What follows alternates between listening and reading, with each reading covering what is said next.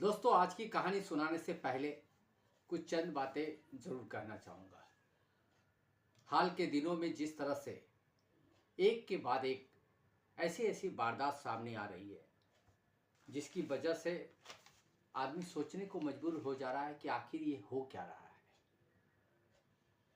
मुस्कान वाले मामले की जानकारी आप सभी को है। किस तरह से मुस्कान ने अपने दोस्त के साथ मिलकर अपने पति की हत्या कर दी, उसके शव के टुकड़े को ड्रम में भर दिया और उसके बाद उसे सीमेंट से पैक कर दिया। आज मुस्कान जेल में बंद है।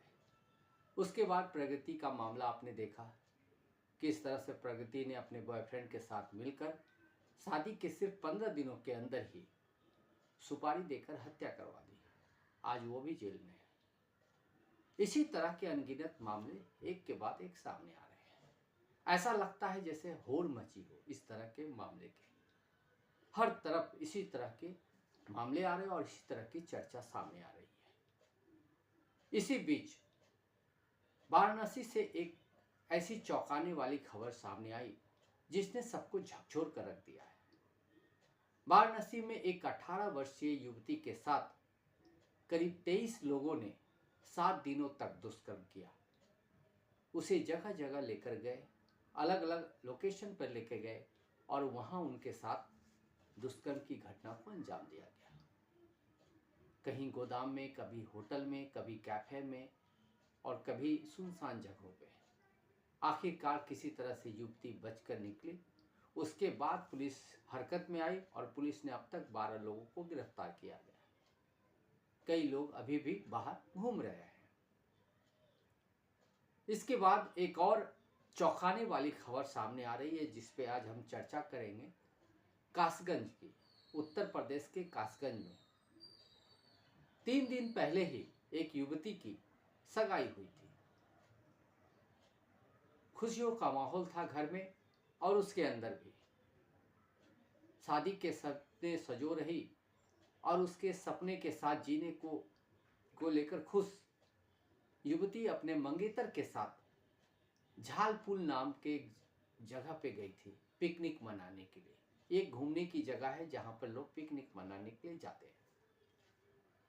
तो युवती अपने मंगेतर के साथ महज सगाई के 3 दिन बाद ही मंगेतर के साथ घूमने गई थी। वहां करीब 6-7 लोग आए और उन्होंने दोनों को देखने के बाद उनके खिलाफ उन पर कमेंट करना शुरू कर दिया, अश्लील कमेंटबाजी शुरू कर दी। निश्चित रूप से मंगेतर की तरफ से इसका विरोध किया गया और विरोध करने के बाद ऐसा हुआ कि उन लड़कों ने मंगेतर को पकड़ लिया और उसे बंधक बना लिया। बंधक बनाने के बाद लड़की को अलग दूसरी जगह पे, सुनसान जगह पे लेकर गए। इधर मंगेतर बंधक बना हुआ है और उधर युवती को लड़के अलग जगह पे लेके गए, सुनसान जगह पे।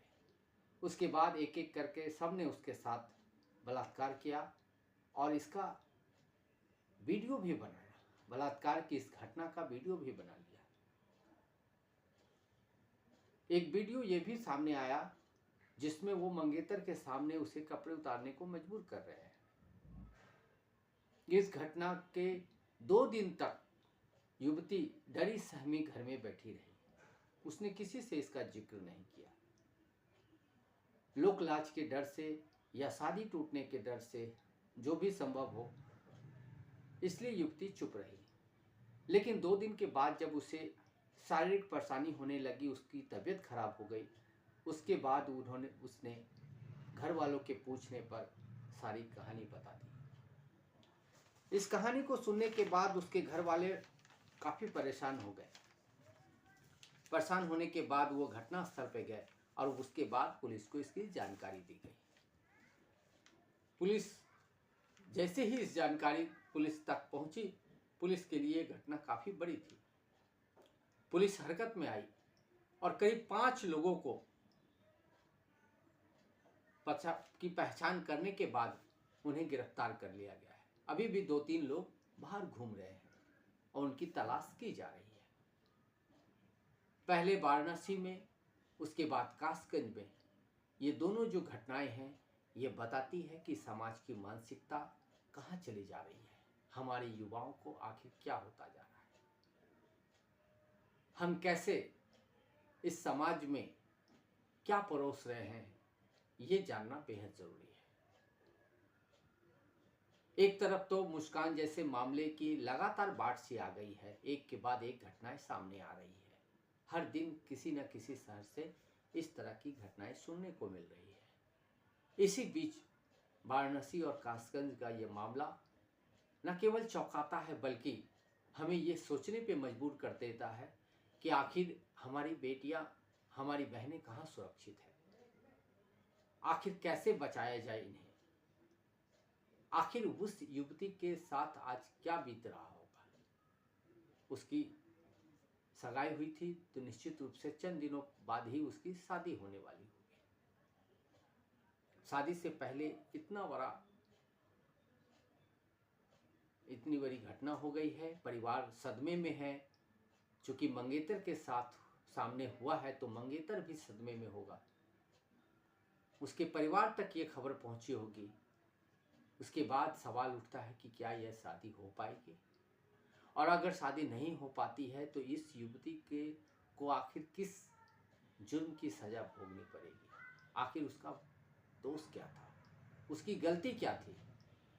क्या अपने मंगेतर के साथ पिकनिक मनाने जाना गलती थी? क्या युवाओं को अश्लील टिप्पणी करने से रोकना उसकी गलती थी? ये तमाम सवाल है।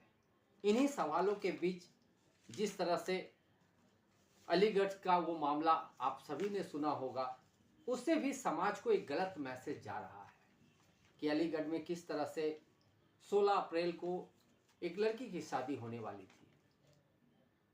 16 अप्रैल को शादी होने वाली थी और 8 अप्रैल को उसकी मां बेटी की होने वाले पति के साथ, यानी अपने होने वाले दामाद के साथ फरार हो गई। आज 14 तारीख है, 14 अप्रैल। अब तक ना उस महिला का पता चल पाया, ना होने वाले दामाद का कोई सुराग लग पाया है। पुलिस लगातार दबिश डाल रही है। उत्तराखंड में उसकी तलाश की जा रही, क्योंकि उत्तराखंड के में ही लड़का पहले जॉब करता था, तो इसलिए पुलिस को संदेह है कि वो शायद यहीं मिल जाए। इसी बीच कई जानकारियां सामने आ रही है उस महिला को लेकर, उस युवक को लेकर, कि इन दोनों के, लड़के और लड़की की शादी 2024 अगस्त महीने में तय हुई थी। अगस्त के बाद करीब दिसंबर से जो लड़की की मां है, जो होने वाली सास है, और उस दामाद के बीच बातचीत फोन पे शुरू होती है। कहा जाता है ये नंबर भी लड़के को उसके जीजा ने ही दिया था। उसकी जीजा की उस महिला के साथ 2-3 बार बातचीत हुई थी। उसके बाद उस लड़के ने वो नंबर लिया और उसके बाद वो सास से बात करने लगा। घर वालों को भी इस बात की जानकारी थी कि दामाद और सास में बात होती है। पहले ये 1 घंटे होती थी, बाद में 2 घंटे हो गए, उसके बाद 5 घंटे बात होने लगी। उसके बाद कहा जा रहा है कि 20-20 घंटे दोनों फोन पे बात करते थे। परिवार को इस पे संदेह भी हुआ, लेकिन चूंकि दोनों का रिश्ता ऐसा था कि कोई भी इसे इतनी गंभीरता से नहीं ले रहा था कि दोनों घर छोड़कर ही भाग जाएंगे, इसलिए इस मामले में ज़्यादा, आप कहें तो ज़्यादा लोग सोचे नहीं, ज़्यादा दिमाग नहीं लगाया कि आखिर ऐसा क्यों हो सकता है। लेकिन जो महिला के पति है जितेंद्र, उसे जरूर इस बात का संदेह हो रहा था कि संभवतः इतनी बातचीत हो रही है तो आखिर क्या बातचीत हो रही होगी। लेकिन बेटी की शादी है, इसकी वजह से वो इतने व्यस्त थे, पैसे की व्यवस्था करने में और बाकी व्यवस्था करने में वो व्यस्त थे, इसलिए उन्होंने इस बात पे ज़्यादा ध्यान नहीं दिया। लेकिन जो महिला फरार हुई है अपने दामाद के साथ, उसने जबरन जितेंद्र को अपनी बहन के घर कार्ड देने के लिए भेजा था। जितेंद्र ने बताया है कि उन्होंने कहा था कि वो अपने छोटे भाई को भेज देंगे कार्ड देने के लिए, लेकिन महिला ने इसके बावजूद उन पे दबाव डाला कि नहीं, आप ही जाओ और आप ही कार्ड दे के आओ। और ये जब कार्ड देने के लिए गए तो महिला ने अपनी बहन को फोन करके बताया कि वो बगैर खाना खाने गए हैं, खाकर गए हैं, इसलिए उनको खाना खिलाना और कोशिश करना कि आज रात वो वहीं रुक जाए। यानी महिला पहले से ही प्लान कर चुकी थी और ये चाहती थी कि पति उसका थोड़ी लंबे समय तक बहन के घर में रहे ताकि उसे पूरी प्लानिंग को अंजाम देने का मौका मिले। लेकिन जितेंद्र वहाँ ना खाना खाया ना वहाँ रुका।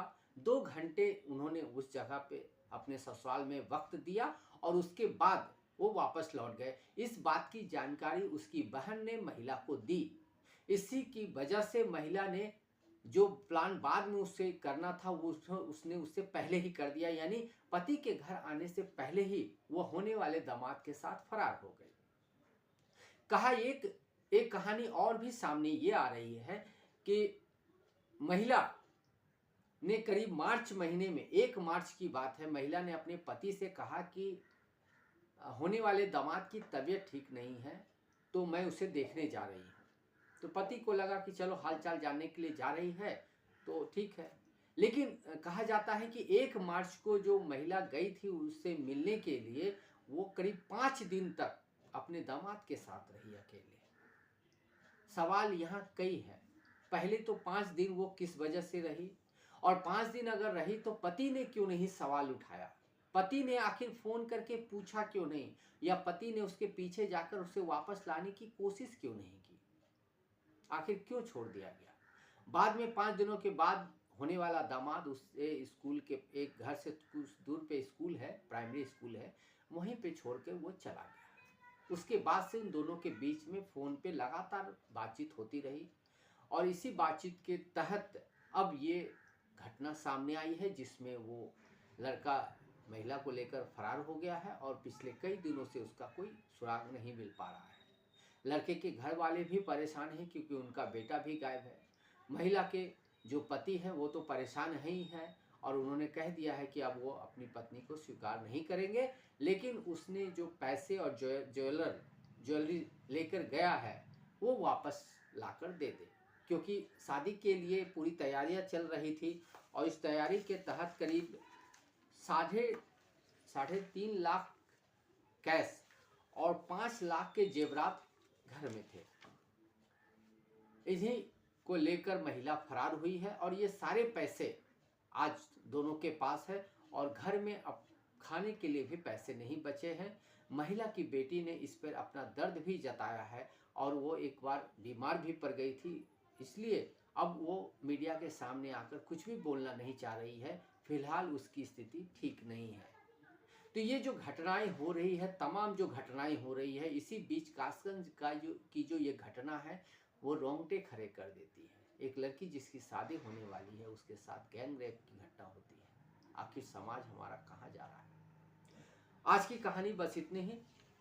इस कहानी को सुनाने का उद्देश्य हमें किसी को हर्ट करना नहीं है, किसी को दुखाना नहीं है, किसी को परेशान करना नहीं है, लेकिन हम जरूर चाहेंगे कि आप सावधान रहें, सतर्क रहें और अपने आसपास की हो रही चीज़ों पर नज़र जरूर बना कर रखें।